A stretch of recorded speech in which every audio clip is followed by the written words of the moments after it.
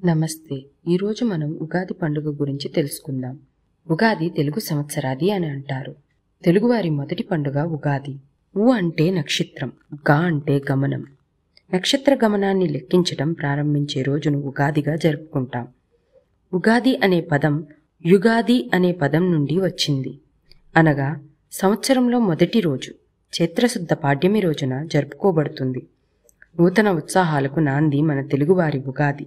మన దేశంలో వివిధ ప్రాంతాలలో ఈ పండుగను వివిధ పేర్లతో పిలుస్తారు. ఆంధ్ర, కర్ణాటక ఉగాది, మహారాష్ట్ర గుడి పడ్వా, తమిళులు పుత్తాండు, మలయాళీలు విషు, పంజాబీలు వైశాఖి, బెంగాలీలు పోయిలా బైసాఖ్, అస్సామీలు బీహు, కేరళ కోళ్ల వర్షం. చైత్రశుద్ధ పాడ్యమి నాడు బ్రహ్మదేవుడు విశ్వాన్ని సృష్టించాడని పురాణాలు చెప్తున్నాయి. ఇంకొక కథనం ప్రకారం సోమకారుడు బ్రహ్మ దగ్గర నుండి వేదాలను దొంగలించాడు. అప్పుడు విష్ణుమూర్తి మత్స్యావతారంలో వెళ్లి సోమకారుణ్ణి వధించి వేదాలను తీసుకుని వచ్చి బ్రహ్మదేవుడికి అప్పగించాడట. ఆ రోజునే ఉగాదిగా జరుపుకుంటామని పురాణాలు చెప్తున్నాయి. ఉగాది రోజు నుండి తెలుగు సంవత్సరం ప్రారంభమవుతుంది కాబట్టి తెలుగువారికి మొదటి పండుగ. ఈ రోజున కొత్త పనులను ప్రారంభిస్తారు. తెలుగు సంవత్సరాల వెనుక ఒక కథ ఉంది.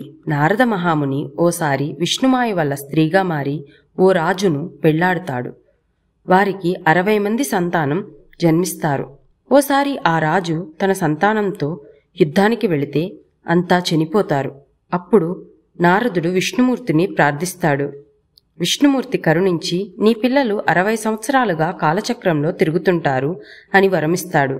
అవే ప్రభవ, విభవ, శుక్ల మొదలగు 60 నామాలు మన తెలుగు సంవత్సరాలుగా ప్రస్తుతం వాడుకలో ఉన్నాయి.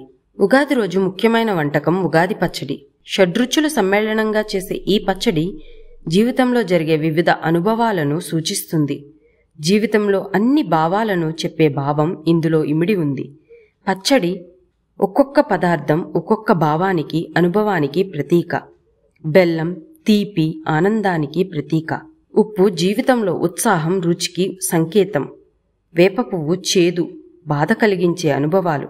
చింతపండు పులుపు, నేర్పుగా వ్యవహరించాల్సిన పరిస్థితులు. పచ్చి మామిడి ముక్కలు వగరు, కొత్త సవాళ్లు.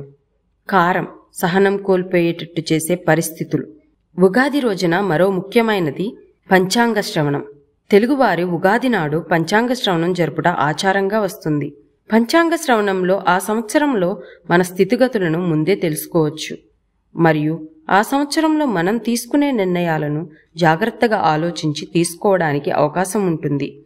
పంచాంగ శ్రవణంలో తిథి, వారం, నక్షత్రం, యోగం, కారణం అనే 5 అంశాల గురించి ప్రస్తావిస్తారు.